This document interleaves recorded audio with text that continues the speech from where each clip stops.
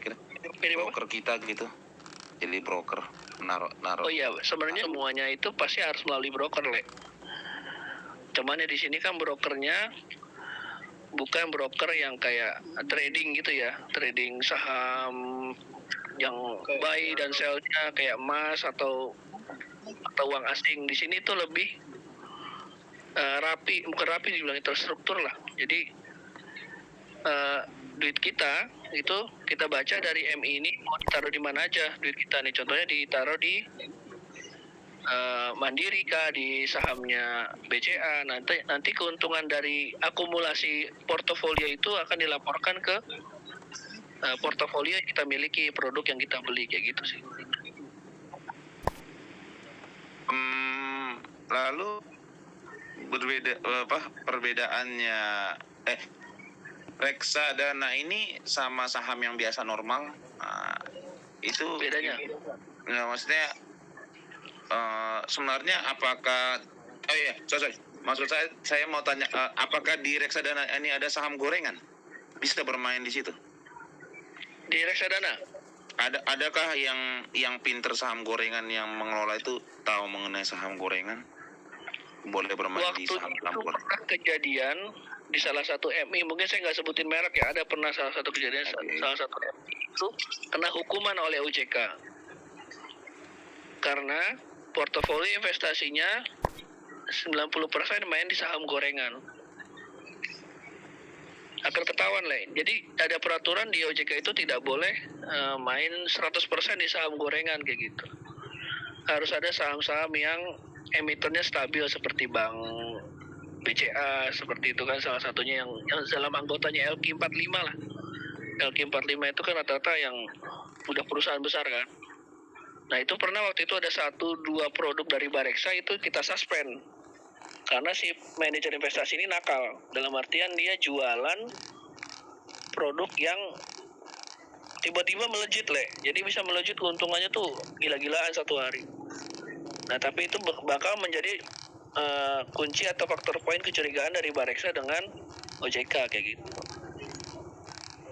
Gak wajar. Seberapa tingkat keamanan untuk mengetahui hal tersebut? Kalau memang banyak kan kayak waktu itu tentang timah atau batu bara ya.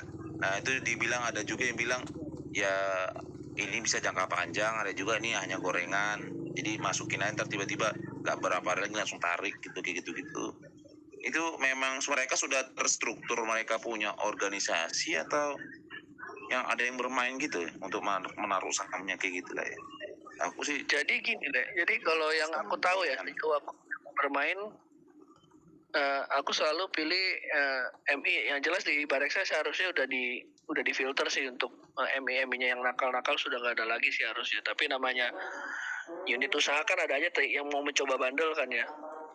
Nah tapi kalau yang dari sini itu terus kita tiap hari, bukannya tiap bulan, tapi tiap hari itu kerjasama dengan OJK. Artinya perusahaan Bareksa itu selalu in call atau out call sama OJK kira-kira untuk update setiap produk reksadananya itu yang kira-kira mulai nakal yang mana itu udah pasti ketahuan, Le. Karena kita hitungannya setiap hari gitu, bukannya bulanan atau per 6 bulan, tapi kita tiap hari ada review dari OJK gitu.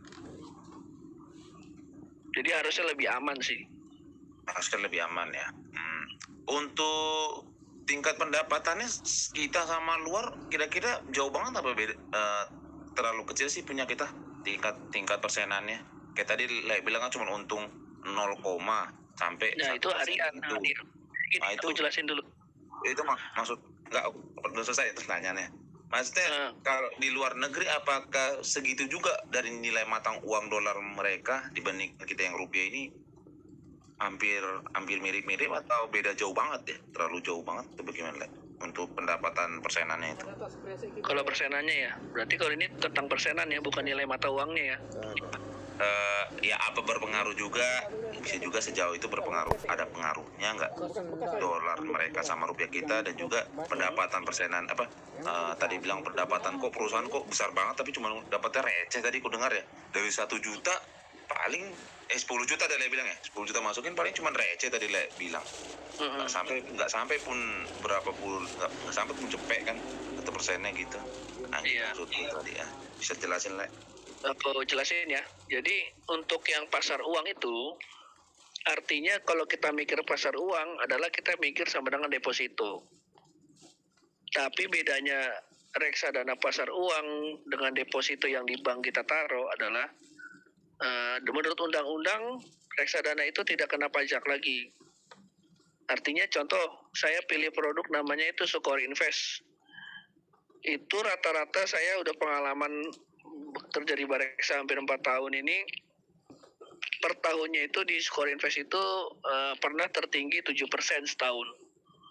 Nah itu 7% benar-benar kita dapetin, Le. Untuk yang pasar uang ya.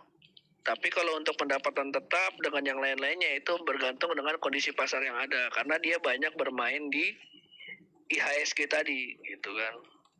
Kalau IHSG-nya terus naik, range tahunannya dia bakal naik gitu. Ditambah lagi dengan kita selalu nabung di top up terus. Contohnya bulan Januari 10 juta saya tabung, udah ada keuntungan. Saya bulan Februari saya top up lagi, ada keuntungan. Ya, itu akan makin multiplier efek kan kayak gitu. Tapi kalau untuk pasar uang memang nggak besar karena hitungan tahunannya paling ya 6-7% lah. Jadi menurut Le selama Le berapa kerja 4 tahun 5 tahun nih tadi?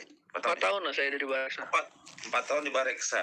Jadi gimana sebenarnya pasar uang ini apa Asia ataupun Eropa atau apakah ini mencakup satu sama atau B atau enggak? Dan juga kok begitu kecil banget lah. Padahal kan keuntungan mereka sampai seluruh dunia atau seluruh Asia lah misalnya kita. Ini kan uang kan muter terus nih. Kok bisa cuma untungnya dikit banget lah? Itu yang kupikirkan. Padahal kan pasti untungnya besar-besaran loh. Gak mungkin mendanai sesuatu tuh kecil seluruh dunia ini.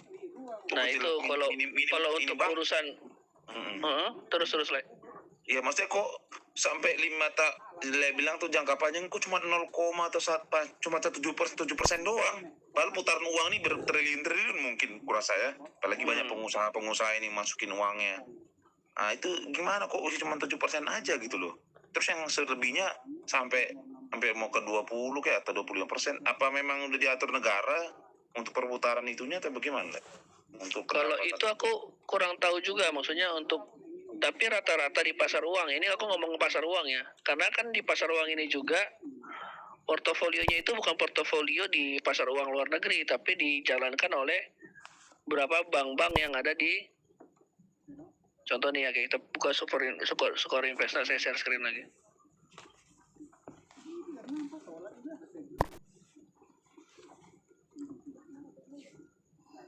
Ya, menurut informasi ini dijalankan dia di beberapa PT Bank Jabar, proyek-proyeknya Bank Jabar, Bank Mega, Bank Panin, dan beberapa obligasi ini. Sukuk itu sama dengan obligasi sih.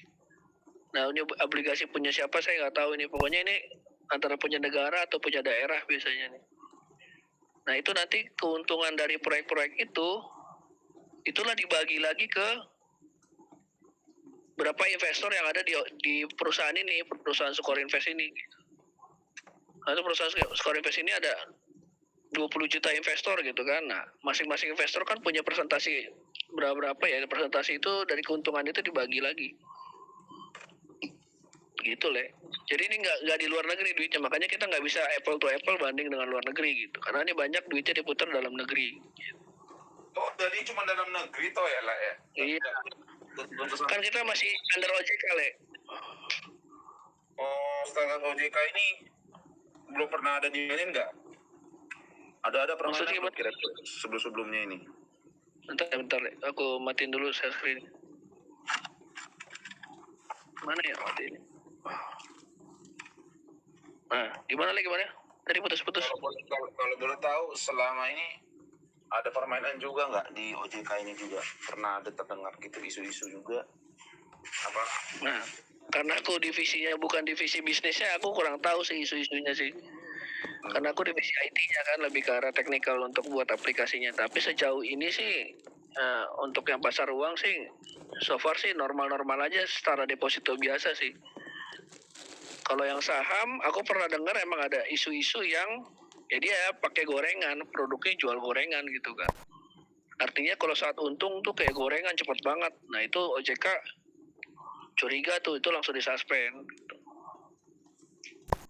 Tapi kalau untuk blok disuspend langsung blok perusahaannya atau masih bisa berjalan lagi dengan syarat-syarat? Perusahaan itu wajib mencairkan dana nasabahnya. Jadi kan ada yang dana nyangkut itu. Nah, perusahaan itu wajib mencairkannya. Jadi udah disuspend. Nah, perusahaan itu dihukum lah untuk pokoknya dana nasabah harus balik gitu kan. Rata ya semua ya? Langsung. Rata. Jadi rugi bagi rata, untung bagi rata. Itulah reksadana. Gitu. Gak bisa kayak saya nih udah gede, saya nih orang kaya loh, nggak bisa. Pokoknya kalau udah kondisi begitu semua untung bagi rata, rugi bagi rata kayak gitu. Oke lah, aku mau tanya nih, kan banyak beredar di TikTok itu kan ngelamar pekerjaan gitu ya, tapi nggak di apa, tapi di ujung-ujungnya jadi broker gitu, datang ke Jakarta kan, disuruh perusahaan itu cari si perempuan-perempuan ini atau abang-abang ini kayak disuruh cari orang untuk jadi broker suatu perusahaan itu. Kira-kira kayak gitu termasuk dan juga nggak dapet gaji pokok kalau misalnya tidak tembus lah menurut sasaran mereka ya, sekian. Itu kira-kira sebenarnya perusahaannya itu benar atau nggak sih kayak gitu, jadi broker kayak gitu? Itu memang Nah, gitu, kalau sales begitu untuk nyari investasi kayak gitu, bagus atau enggak itu termasuk perusahaannya kayak gitu? sebenarnya kuncinya sekarang itu kan udah ada keterbukaannya lah ya. Si OJK sendiri sekarang sudah concern banget untuk berangus aplikasi-aplikasi ya yang nggak resmi lah dalam artian gitu kan. Bahkan pinjaman online pun sekarang banyak yang diblokir dengan kerjasama oleh Kemenfo kan. Kalau ditemukan oleh OJK ini nggak resmi nih, lo nggak daftar sama gua nih gitu kan, lo nggak ada koordinasi sama gua nih gitu. Nah itu sebenarnya sebagai user atau sebagai calon nasabah harusnya lebih hati-hati sih. Kadang-kadang ya yang nakal itu lebih banyak daripada yang nggak nakal kadang-kadang sih. Gitu. Nah itu yang harus kita hati-hati Le. Ini kalau karena yang nakal itu Bareksa itu ya benar-benar bahkan untuk aku jelasin dulu ya. Jadi bahkan Bareksa pun aku baru tahu loh, untuk keluarin satu fitur itu harus ada surat OJK-nya gitu. Jadi nggak bisa ini ide kita nih, pokoknya nanti aja deh lapornya ke OJK, mending jalan dulu fiturnya rilis gitu ke publik. Itu nggak boleh Le. Berarti kan ini bagian program ya kan, program itu kan. Kira ada jahat lah seorang program, misalnya kayak di Gojek aja atau itu bisa dipermainan kan, apalagi untuk aplikasi gini pasti ada bisa permainan juga kan, apalagi bagian teknologi apa sih yang nggak bisa dimainin kan, namanya juga orang IT, dalamnya pun bisa dimain. Kira-kira bisa nggak sih program itu diacak-acak untuk kemenangan seseorang gitu, untuk dia untuk pribadi lah, untuk keuntungan pribadi gitu. Untuk keuntungan pribadi si programmer atau si ini orang yang ditolong lah sistem. Nah kan orang ya mengenai sistemnya dia kan ya nanti dapat bagian lah kayak gitu. Bagiannya kalau dari orang dalam gitu tahu lah mengenai program, terus ya nanti gue tolong gitu ya, mirip-mirip kayak orang dalamnya untuk ini, kita lebih daripada broker malah kan ya. Dia yang bisa ngerjain ininya sistem atau segala macam. Itu pernah ada kayak gitu nggak sih? Kalau di kita di reksadana ini karena sistemnya bisa dibilang sih reksadana itulah investasi yang modern tapi masih old gitu loh. Gimana sih ya bilangnya? Platformnya udah modern, tapi sebenarnya di balik yang modern itu tuh semuanya masih proses old gitu loh. Jadi Bareksa ditugasin sebagai mitra penjual produk-produk dari banyak MI. Nah, tapi dari situ ada wasitnya tuh, Le. Nah, wasitnya ini adalah yang mencatat seluruh penjualan kita tadi. Dari kita, terus dari perusahaan kompetitor, contohnya dari Bibit. Itu dicatat di satu wasit yang sama nih. Namanya KSEI. Kalau sering dengar mungkin di Bursa Efek, KSEI. Kalau dibilang orang tuh bahasanya KSEI. Nah, itu KSEI. Nah, itu seluruh transaksi kita tuh sedikit kecil 10.000 pun 1.000 pun yang keluar dari reksadana yang kita beli, kita jual itu harus kecatat ke sana gitu. Jadi kalau untuk berbuat curang, saya mau curang-curangin nih, saya gede-gedein gitu kan. Contohnya saya mau nakal, saya gede-gedein 1 miliar tabungan saya gitu kan. Nggak bisa, Le. Kena fraud pasti. Saya pasti kena, di catatan wasit itu, Le, dari mana nih orang nih 1 miliar, duit fisiknya kagak masuk gitu kan. Nah, duitnya juga itu bukan di bareksa, Le, tapi di bank kustodian. Artinya duit yang beli reksadana A 10 juta itu bukan di bareksa duitnya itu di bank kustodian yang diketahui oleh OJK. Jadi setiap detik, setiap menit duit itu masuk itu kecatat di bank kustodian, bukan di bareksa. Bareksa hanya bantu mencatat bahwa ada orang beli ini, nanti disandingkan datanya dengan di bank, disandingkan lagi datanya dengan KSEI, disandingkan lagi datanya dengan OJK. Jadi benar-benar pengecekannya 4 kali. Selama ini belum ada sama sekali glitch atau bug gitu untuk aplikasinya sendiri. Sejauh ini sih kalau serangan-serangan hacker gitu ya selalu pasti ada, tapi damage-nya kan udah bisa kita ukur karena kita udah ada tim sendiri gitu kan. Tapi kalau untuk merubah nilainya jadi 1 juta ke 1 miliar untuk 1 orang gitu, nggak akan bisa karena pengecekannya itu kayak kesannya di depan modern tapi di belakang tuh manual. Jadi ngeceknya satu-satu per tahap, dari bank dulu, bank ke OJK benar nggak, OJK ke situ sampai titiknya ke Bank Indonesia, benar nggak duitnya ada nih dikirim, ada nih duitnya gitu, 10 juta kan. Jadi benar-benar nggak bisa fraud. Gila kayak gitu sih nggak bisa. Kecuali promo-promo dari Bareksa atau promo-promo dari perusahaan kompetitor kita Bibit yang mau diakalin sama orang-orang, ya itu kan dari sisi Bareksanya kan. Tapi ke uang pemerintahnya itu atau ke duit yang dicatat oleh negara itu nggak akan mungkin beda gitu, Le.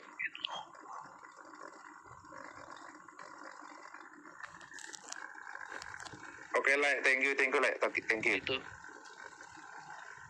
teman-teman kalau yang mau nabung reksadana ya agak ribet dari sisi waktu karena bakal lebih lama gitu kan. Tapi ya lebih aman sih. Dibanding taruh di dompet digital, bisa aja kan tiba-tiba diserang hacker, dipindahin kemana bisa aja gitu.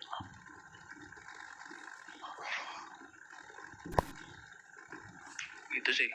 Mungkin itu dari penjelasanku. Mungkin pembicara berikutnya yang bisa ngasih wawasan baru bisa dipersilakan, atau dia mau bertanya lagi. Ini ada yang masih mau nanya nggak tentang Bareksa, teman-teman yang lain? Atau di sini udah ada yang pakai Bareksa kah? Udah ada yang pakai belum? Sepertinya belum ya. Belum. Soalnya aku lihat halak kita juga udah mulai banyak sih yang mulai melirik platform reksadana sih. Oh.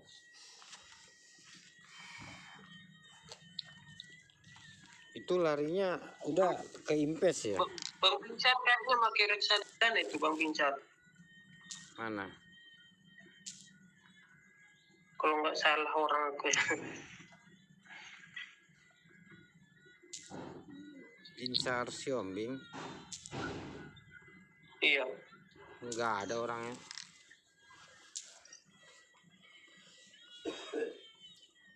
Oke, kalau nggak ada lagi dari aku cukup segitu, Bang Parusip.